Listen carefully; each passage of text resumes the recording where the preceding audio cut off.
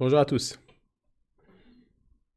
je suis Christophe Vidal, consultant e-commerce et SEO depuis 2007. Un peu d'actualité SEO Google aujourd'hui. En effet, deux informations importantes sont arrivées ces derniers jours, une le 30 avril et une hier. Donc première info qui est sortie le 30 avril, Google a confirmé que la rapidité de chargement de vos pages n'avait pas d'incidence, en tout cas une très faible incidence, sur les résultats dans le positionnement dans les moteurs de recherche. Bon alors, déjà, je vais rassurer tous mes clients, là, j'entends mes clients qui me disent « Mais attends Christophe, ça fait depuis des années que tu nous dis que nos sites internet doivent être rapides. » Je vais vous expliquer pourquoi. Alors forcément, ce que nous a dit Google, c'est grosso modo l'impact du temps de chargement, c'était à peu près le même impact que le site soit en HTTPS ou pas. Donc là, c'est quand même deux gros mythes qui s'effondrent, deux grosses légendes urbaines pour tous ceux qui veulent vendre de la prestation autour de ça. Non, un site ultra rapide et un site en HTTPS, ça n'a que très peu d'impact sur le positionnement. Tous les SEO sérieux ont pu le tester. Passez votre site de HTTP à HTTPS, il n'y a pas de, plus-value. Et de la même manière, vous passez de 3 secondes à 2 secondes, il n'y a pas de réelle plus-value en termes de positionnement dans Google. Donc ça ne veut surtout pas dire qu'il faut mettre la webperf de côté. C'est pour deux grandes raisons.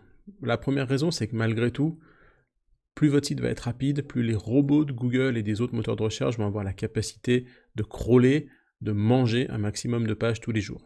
On va se rappeler de cette notion de crawl budget. Vous disposez tous les jours d'un certain temps. Les robots vont venir un certain temps chez vous, sur votre site internet tous les jours. Et malgré tout, plus ils vont pouvoir manger de pages, plus on va avoir quand même de chances que ces pages s'indexent et que ces pages soient considérées comme à jour, etc. etc. Donc, la rapidité a forcément un impact sur, en tout cas, pas le positionnement, mais l'indexation des pages.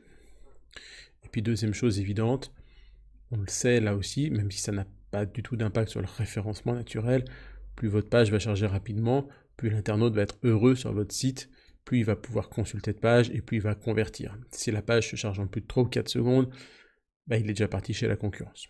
Donc on n'enlève pas du tout la webperf de notre champ d'action. Votre site doit être rapide, doit être performant, mais il est vrai que l'impact sur Google, et on le savait depuis longtemps, puisqu'on avait pu le tester, nous en tant que consultants SEO, c'était très faible. HTTPS et rapidité, c'est très faible. Ça ne veut pas dire qu'il ne faut pas le faire, bien au contraire. HTTPS, ça va rassurer vos clients, surtout si vous faites de la vente en ligne où ça va être obligatoire. Rapidité, ça va vous permettre de conserver vos clients et qu'ils ne quittent pas la page avant qu'elle se soit chargée. Bon, je vous invite à lire l'article d'Abondance à ce sujet-là. Voilà, rien de spécifique de plus à dire, mais c'est vrai que c'est quand même deux grosses légendes urbaines qui s'effondrent une fois de plus. Bon, à prendre avec des pincettes, encore une fois, hein. On sait que parfois Google peut nous donner des informations et nous dire blanc alors que la réalité est noire. On sait que souvent il faut appliquer l'inverse de ce que nous dit Google. Donc, ok, ça confirme nos tests, pas d'impact aujourd'hui, des critères de faible importance, ce qui ne veut pas dire qu'il ne faut pas le faire. Il faut rester sur du site performant et sur du site HTTPS. Alors, deuxième grosse news de la semaine, la fameuse May 2020 Core Update, donc qui a été démarrée aujourd'hui. Donc Google a communiqué sur cette mise à jour majeure. Donc là, ils disent que ça a démarré depuis le 28 avril aux États-Unis. Bon, à voir. En France, a priori, ça a démarré aussi. J'ai entendu des informations de sites qui avaient bougé. Moi, en tout cas, de mon côté, sur tous les sites que j'ai dans mon radar, j'ai pas d'impact pour l'instant, mais on sait que ce genre de mise à jour, ça peut prendre 1 à 2 semaines. Peut-être que Google commence par traiter d'abord les petits sites avant d'aller vers les gros, en cas où il y aurait des soucis dans les patterns d'intelligence artificielle qui ont été mis en place.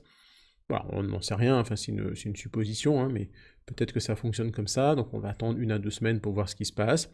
Pour l'instant, on n'a pas d'infos sur qu'est-ce qui a pu être modifié dans l'intelligence artificielle de Google, dans le LongBrain pour cette update.